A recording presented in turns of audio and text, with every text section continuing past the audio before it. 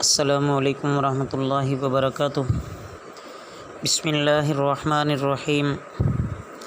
عزیز طلبہ، تفسیر کے آج کے سبق میں ہم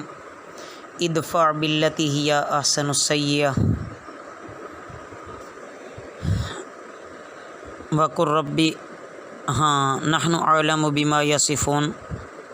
یہ ایت مبارکہ ہو گئی تھی۔ اس سے آگے وقل ربی اعوذ بک یہاں سے شروع کرنا ہے۔ توجہ سے سبق دیکھتے جائیں۔ اعوذ باللہ من الشیطان الرجیم، بسم اللہ الرحمن الرحیم۔ وقل ربی، اور آپ فرما دیں اے میرے رب، اعوذ بک، میں پناہ چاہتا ہوں تیری، من ہمزات الشیاطین، شیطان کے وسوسے سے، واعوذ بک، اور میں پناہ چاہتا ہوں تیری، ربی اے میرے رب، ان یحضرونی، کہ وہ آئیں میرے پاس، حتی اذا جاء، یہاں تک کہ جب آئے، احدہم الموت، ان میں سے کسی کو موت، قال رب ارجعون، کہتا ہے اے میرے رب مجھے واپس بھیج دے، لعلی اعمل، شاید کہ میں کام کر لوں، صالحا، کوئی اچھا کام، فیما ترکت، اس میں چھوڑ آیا ہوں، کلا، ہرگز نہیں، انہا کلمۃ، یہ تو ایک بات ہے، ہوا قائلوہا، وہ کہہ رہا ہے، ومن ورائہم، اور ان کے آگے، برزخ، ایک برزخ ہے، الی یوم، اس دن تک، یبعثون، کہ وہ اٹھائے جائیں گے۔ مطلب یہ ہے عزیز طلبہ کہ حدیث میں ہے کہ آپ صلی اللہ علیہ وسلم یہ دعا بھی مانگا کرتے تھے کہ اے پروردگار، جب آپ کسی قوم کو فتنے میں مبتلا کرنے کا ارادہ کریں تو مجھ کو فتنے سے محفوظ رکھنا، اور مجھ کو ایسی حالت میں اپنے پاس بلانا کہ میں فتنے میں مبتلا نہ ہوں۔ غرض اس دعا کی تلقین سے تواضع، عاجزی اور کسر نفسی کی تلقین ہے کہ بندے کو چاہیے کہ ہر وقت اللہ کے عذاب سے ڈرتا رہے۔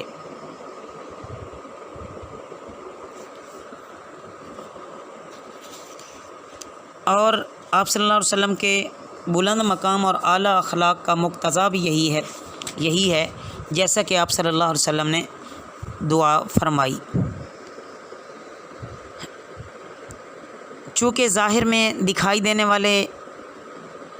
دشمن ہیں، اس لیے انہیں دفع بھی کیا جا سکتا ہے اور ان کے ضرر سے بھی بچا جا سکتا ہے،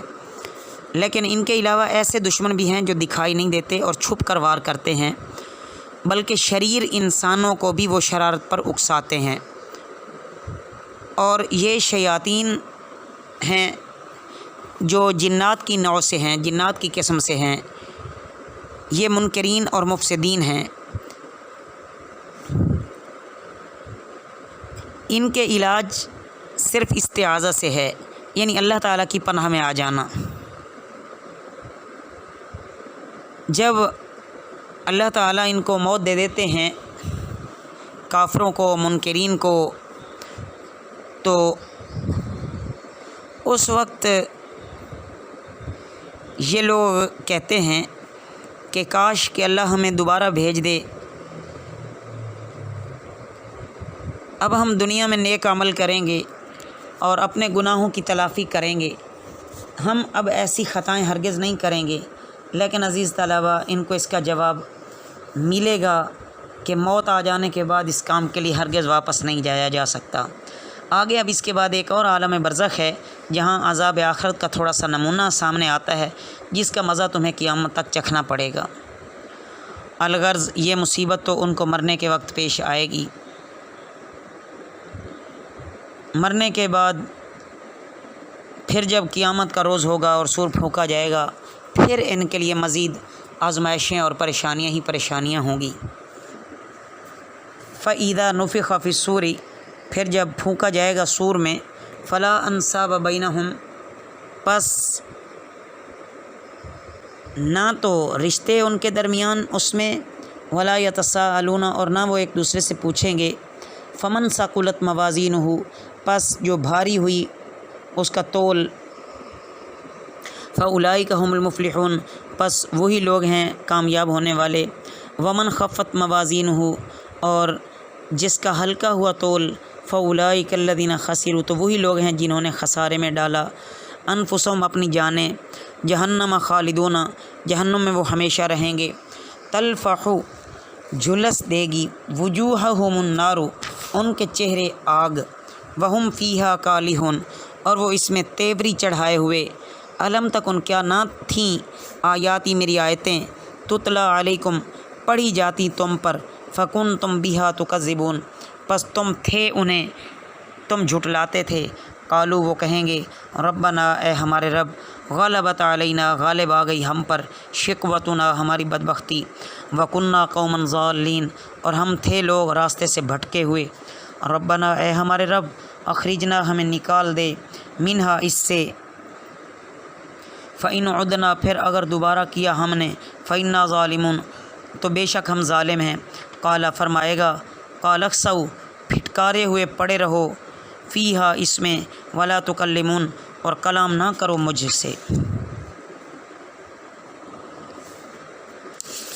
عزیز طلباء، قیامت کے روز باہمی رشتے ناتے ہرگز کام نہیں آئیں گے، نہ بیٹا باپ کے کام آئے گا نہ باپ بیٹے کے کام آئے گا، ہر ایک اپنے اپنے حال میں کچھ اس طرح گرفتار ہوگا کہ دوسرے کو پوچھنے کا ہوش بھی نہ ہوگا۔ پھر آج انسان کے لیے اس بات کا سمجھنا کیوں دشوار ہے، وہ جو کچھ اس دنیا میں کر رہا ہے وہ سب برابر لکھا جا رہا ہے۔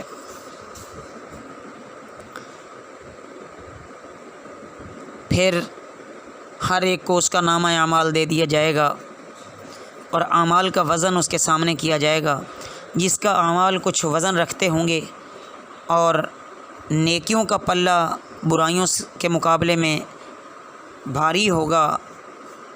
زیادہ ہوں گی نیکیاں، وہ تو نجات اور مغفرت اس کو تو نصیب ہوگی اور اس کو دائمی خوشی حاصل ہوگی، اور جو اس کے خلاف ہے اور جس کے اعمال ہلکے ہوں گے اور بے وزن ہوں گے ان کی شامت آ جائے گی اور جہنم کے عذاب میں ڈال دیا جائے گا، جہاں آگ سے بدن جلتے جلتے سوج جائے گا، ان کے چہرے بگڑ جائیں گے۔ اور بہرحال اللہ ہمیں ان عذابوں سے محفوظ فرمائے اور اللہ ہمیں نیکی کی توفیق عطا فرمائے۔ وہ مزید کہیں گے کہ ایک دفعہ تو ہم کو یہاں سے نکال دیجئے، اب ہم دوبارہ ایسے گناہ نہیں کریں گے، تو اللہ عز و جل کی طرف سے جواب ملے گا کہ خاموش رہو اور اس دوزخ میں چپ چاپ پڑے رہو، بس جو کچھ تم نے کیا تھا اس کی سزا تمہیں مل چکی۔ الغرض ان کفار کی ندامت اور معذرت پر کوئی رحم نہ کیا جائے گا۔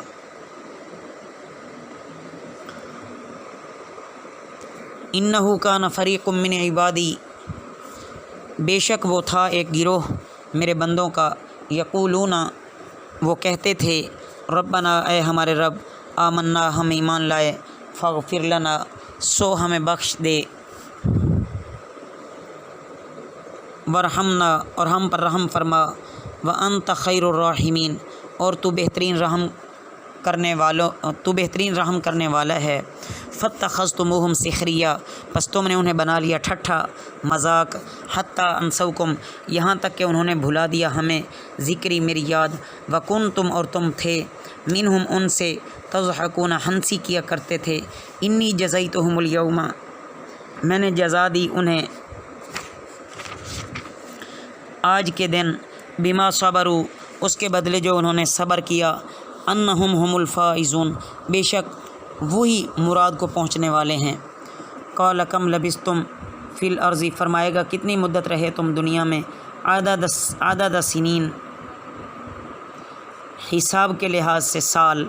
قالو وہ کہیں گے لبثنا ہم ٹھہرے، یومن او بعد یوم ایک دن یا ایک دن کا کچھ حصہ، فاسأل العادین پس پوچھ لو شمار کرنے والوں سے۔ قالا فرمائے گا ان لبثتم الا قلیلا نہیں تم رہے مگر تھوڑا عرصہ، لو انکم کنتم تعلمون کاش کہ تم جانتے ہوئے، آفا حسبتم کیا تم خیال کرتے ہو، انما کہ ہم نے تمہیں، انما خلقناکم کہ ہم نے تمہیں پیدا کیا عبثاً بیکار، وانکم الینا اور یہ کہ تم ہماری طرف لا ترجعون نہیں لوٹائے جاؤ گے، فتعال اللہ پس بلند تر ہے اللہ، الملک الحق کو بادشاہ حقیقی، لا الہ الا هو رب العرش الکریم نہیں کوئی معبود اس کے سوا، رب العرش الکریم مالک عزت والا عرش کا۔ ومن یدعو اور جو پکارے مع اللہ کے ساتھ الہا آخر کوئی اور معبود، لا برہانہ نہیں ہے کوئی سند لہو اس کے پاس، بھی اس کے لیے، فإنما حسابہ عند ربی سو تحقیق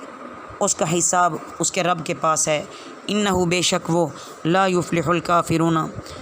فلا نہیں پائیں گے کافر، وقر رب اغفر ورحم وانت خیر الراحمین اور آپ کہیں اے میرے رب بخش دے اور رحم فرما اور تو بہترین رحم کرنے والا ہے۔ عزیز طلبہ، اس آیت مبارکہ میں یہ بیان فرمایا جا رہا ہے کہ دنیا میں میرے اہل ایمان بندے جب اپنے رب کے آگے دعا اور استغفار کرتے تھے تو تم ان کے ساتھ ہنسی اور مذاق کرتے تھے اور ان کے اتنا پیچھے پڑتے تھے تم گویا کہ تمہارے سر پر کوئی اور حاکم ہی نہیں ہے۔ تو بس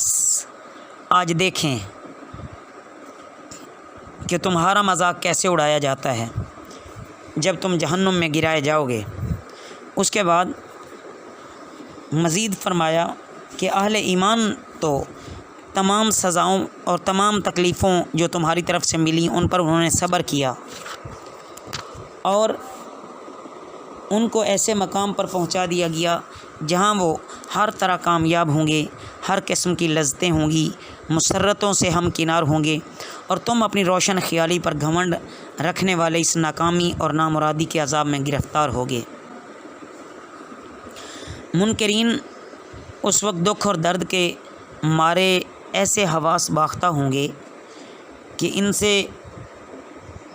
پوچھا جائے گا کہ تم یہ بتاؤ کہ تم دنیا میں کتنا عرصہ رہے، تو وہ آگے سے جواب دیں گے کہ ایک دن یا اس سے بھی کچھ کم رہے ہیں۔ سچ تو یہ ہے کہ ہم کو یاد نہیں ہے کہ ہم دنیا میں کتنی مدت رہے۔ فرشتوں سے جو اعمال اور عمر کا حساب رکھتے تھے ان سے پوچھ لو، جواباً ارشاد ہوگا اب تو تمہیں بھی اقرار ہے کہ دنیا میں تھوڑی ہی مدت رہے۔ اگر یہ بات تم اس وقت سمجھ لیتے کہ دنیا کی بقا جو ہے وہ ناقابل اعتبار ہے، دنیا میں بہت تھوڑا رہنا ہے، نہ جانے کس وقت بلاوا آ جائے، تو یہ اگر وہاں تم جان جاتے اور اس بات کو سمجھ لیتے تو تمہارے لیے اس میں بہت بہتری ہوتی۔